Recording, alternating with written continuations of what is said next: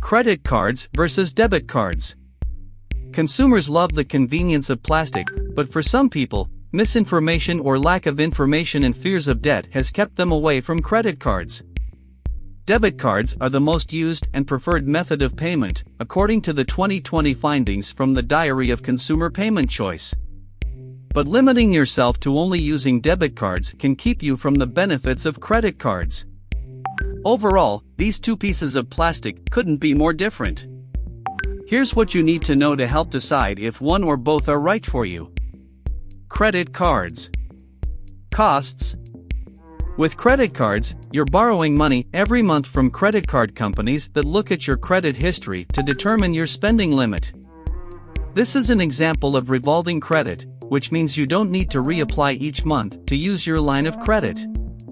With a credit card, you only pay interest when you carry a balance. As long as you pay in full by each monthly due date, you won't accrue interest charges. Risk versus reward. Credit cards also offer users perks such as cash back on purchases, discounts, travel points, and other rewards. For example, the American Express Blue Cash Preferred Card offers 6% cash back, or up to $6,000, on purchases at U.S. supermarkets.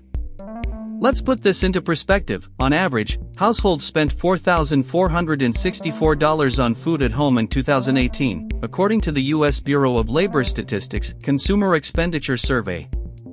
If this was your annual food budget, at the end of the year, you'd rack up $268 in cash back from your credit card rewards. Because of those rewards, it's usually better for households to use credit cards as long as they can control their spending and pay off their balance in full every month, says Laura Ricaldi, Ph.D., an assistant professor at Utah Valley University. Credit score. Making on-time payments to your card issuer every month can help build your credit score, since your payments are reported to credit bureaus. They also build the length of your credit history as you continue to use the credit card. Debit cards. Costs. On the flip side, debit cards use money you already have.